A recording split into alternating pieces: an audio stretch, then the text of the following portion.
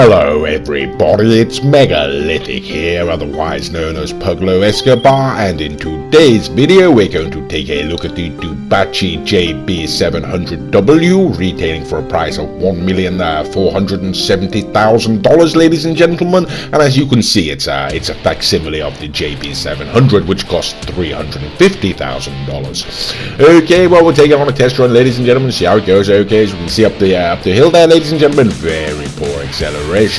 Okay, this is a classic sports car, though it should be kept in mind. Okay, we're going on down the Vinewood Hills here and see how she handles. Whoops, it is okay, a little bit twitchy. Okay, sort of wallowy, and we're losing it. Yes, okay.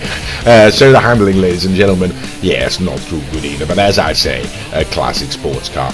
Okay, so here we go, ladies and gentlemen. We're going to put it on down the hills. Have another look at that acceleration downhill, admittedly, and we'll get a look at that top speed as we come off these hills and see what sort of air we get, you know.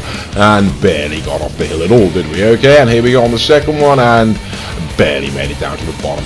Okay, so there we go, ladies and gentlemen. What can we say? Poor acceleration, poor handling, poor top speed, and we'll check out the stability in a moment once we get down this straight here. Okay, well, there we go. So the acceleration, as you can see, not too good. Stability, yes, ladies and gentlemen, as you can see, really does want to slide out. Okay, then, so poor all round, but as I say, this is a classic sports car, you know.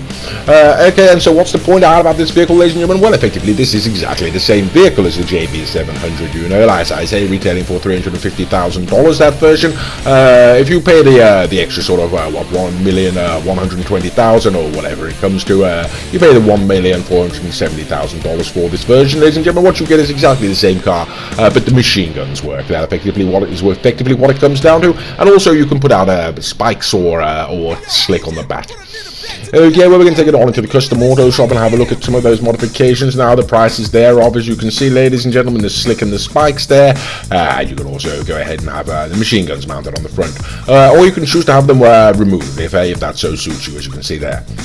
Okay, so that's the only reason, ladies and gentlemen, really why you would go ahead and purchase this vehicle over the standard JB700, ladies and gentlemen, is simply because you wish to remove those machine guns, or you wish to get them working, because although they do actually, there are machine guns attached to the JB700, ladies and gentlemen, they're purely aesthetic and they serve no actual practical function. Although it should be pointed out that machine guns on this, ladies and gentlemen, really are rather dodgy, you know, and they don't do much good at all. So there we go. The tire slick out the back is quite good fun. The oil slick. Okay, ladies and gentlemen, well, here we go. This is the JB700W modified across the board, and what do we think? Acceleration? I mean, it's marginally improved, isn't it? But it's nothing to write home about. Handling, ladies and gentlemen, once again, marginally improved, but nothing to write home about. And very much the same for the top end speed there. Whoops, it daisies. Okay, so all round, ladies and gentlemen, is it, you know, what do we think of this car? Well, like I say, I mean, it's the only difference between this and the standard JB700, ladies and gentlemen, is those weapons on the front. And considering that they are practically useless, you know, really just sort of beg the question: is there a need to buy it? And as I say, I can only say the only reason to purchase this car, ladies and gentlemen, is to if you want the JB700 with functional machine guns, or you want them removed altogether. Now, that's actually why I've gone ahead and purchased this car. I do like the JB700, you know, and I don't like the machine guns on the front. I sort of feel it ruins the aesthetic lines of the car, like it's something bloody hell. Okay, and so yes, I've gone and paid the 1.5 million effectively, isn't it, for this vehicle, because I'm an absolute idiot. There we go. Okay, jolly good. There we go. Taking it back, or bringing it back to the Maze Bank offices. Okay, ladies and gentlemen, now we're going to put it up against the Class A Mamba here. As you can see, retailing for a price of $995,000 effectively, ladies and gentlemen. That's $1 million. It is a muscle car, you know. It's of an era, you know, a similar era, perhaps a little bit later. I'm not entirely certain, or perhaps the same era exactly. I couldn't be certain. Either way, ladies and gentlemen, we are holding it down the front straight there, ladies and gentlemen. We do get around the corner in good form in front of the Mamba, which has rather shocking handling. But yeah, so you can see, ladies and gentlemen, the Mamba's going to take it because it's got better top end speed.